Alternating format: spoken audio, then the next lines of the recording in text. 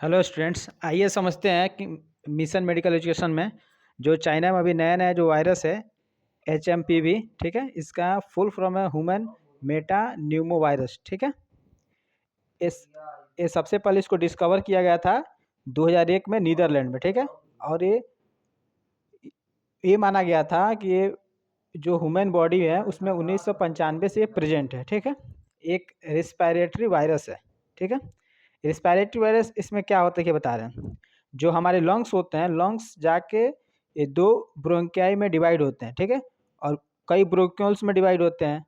और उसके बाद जो एल्वुलाई होती है, एल्वुलाई के अंदर जो उसके जो पाइप होती है उसके अंदर म्यूकस जम जाता है। ठीक है, म्यूकस जमने की वजह से अच्छे से एल्वुलाई में ही हमारे O2 का एक्सचेंज होता है by the help of haemoglobin. जो हमारे ब्लड में हीमोग्लोबिन होता है उसके थ्रू गैसेस एक्सचेंज होता है एल्वुलाई में। ठीक है, वो अच्छे से एक्सचेंज नहीं हो पाता है।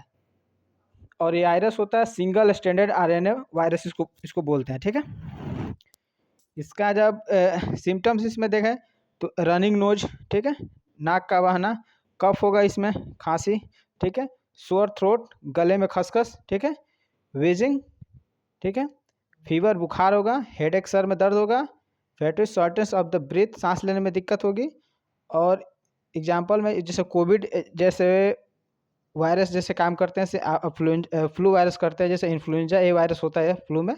ठीक है, मोड ऑफ ट्रांसमिशन ये होता है कि हाईली कॉन्टिगस स्प्रेड बाई, मतलब रिस्पिरेटेड ड्रॉपलेट्स। जैसे आदमी कुछ छींक मारता है तो उसमें जो ड्रॉपलेट निकलती है हवा में, जो मॉइस्चर होती है उसके साथ मिक्स होके ये फैल सकता है। ठीक है, close contact to the infected person, कोई पर्सन बीमारी हो जैसे कफ हो हुआ ये सब, उनसे थोड़ा दूरी बना कर रहे हैं। ठीक है, कंटेमिनेटेड सरफेस एंड ऑब्जेक्ट, ठीक है, मान लीजिए वो किसी चीज़ को छुआ किसी सरफेस पर तो वहाँ पर भी दिक्कत हो सकती है। ठीक है,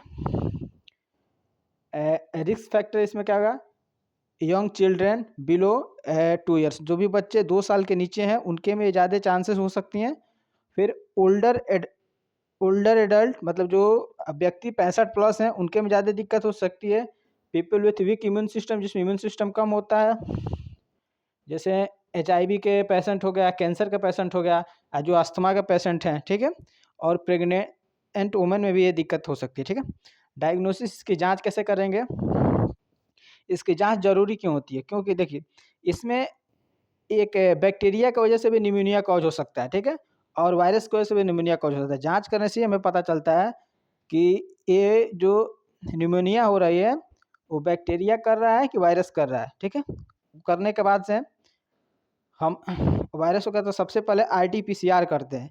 RT-PCR का मतलब होता है reverse transcription polymerase chain reaction. ठीक है, इसमें जैसे क्या होता है कि जो आपका DNA है, DNA से जब आप RNA की तरफ जाएंगे तो उसको ट्रांसक्रिप्शन बोलते हैं। ठीक है, और फिर RNA से जब हम DNA बनाते हैं तो उसको रिवर्स ट्रांसक्रिप्शन बोलते हैं। ठीक है, तो इसमें पहले बैक्टीरिया वायरस की पहचान की जाती है कि इसकी जो बॉडी स्ट्रक्चर है उसकी DNA क्या है, फिर उसके RNA लेकर जो बलगम होता है, जैसे लार होता है आपके मुंह में, ठीक है, तो उसके थ्रू इसको बलगम लेकर और उसका RNA से DNA मैचिंग किया जाता है।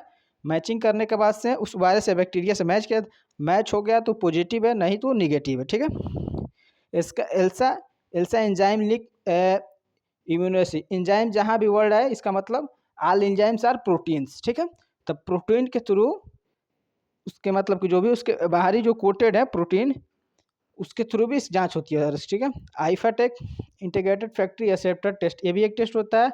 और ट्रीटमेंट अभी तक इसका नो स्पेसिफिक, कोई भी एक स्पेसिफिक ट्रीटमेंट नहीं है। Treatment only based of the symptoms के आधार पर ही बेस किया जाता है। और सबसे ज़्यादा इस समय ह्यूमन मेटा न्यूमो वायरस जो है सबसे ज़्यादा चाइना के बीजिंग में है, जो उसका कैपिटल है नॉर्थन पार्ट में। ठीक है, जय हिंद दोस्तों।